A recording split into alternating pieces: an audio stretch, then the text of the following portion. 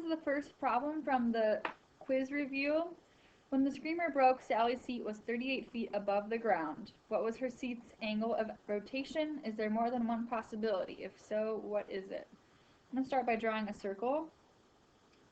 And I'm 38 feet above the ground, so it doesn't specify like what side I am of the circle, so I'm just going to assume I'm starting over here. And it's 38 feet above the ground. So that's talking about my height right here, right? And height is sine.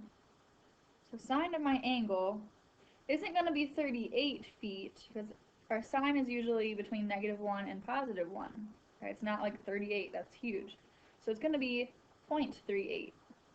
Okay, I'm going to change it. If you're given in feet, you need to change it to a decimal. So it's 0.38. So to find this, I need to find the angle.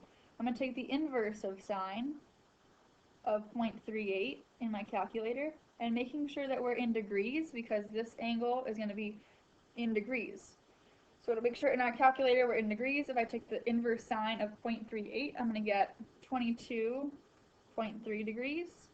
Or you could round it to 22 degrees, that might be easier. The question would hopefully specify what we want you to say in the quiz tomorrow. So that is the angle of rotation right here, 22 degrees. Is there more than one possibility? Well, thinking about the height, I could also be, here's my height, it could also be the same height over here. I need to figure out what is that angle starting at 0 all the way over to here in degrees. Okay, so what I'm going to do is, it's my reference angle is 22, so I'm going to say in the second quadrant, I'm going to pretend I went all the way to 180, but I'm going to backtrack and subtract my reference angle. Okay, so if I subtract that, I'm going to be at 158 degrees. And that makes sense. In the second quadrant, that's way up here, I'd have the same height, but I'm just going to be to the left of the center. Okay, so those are my two answers.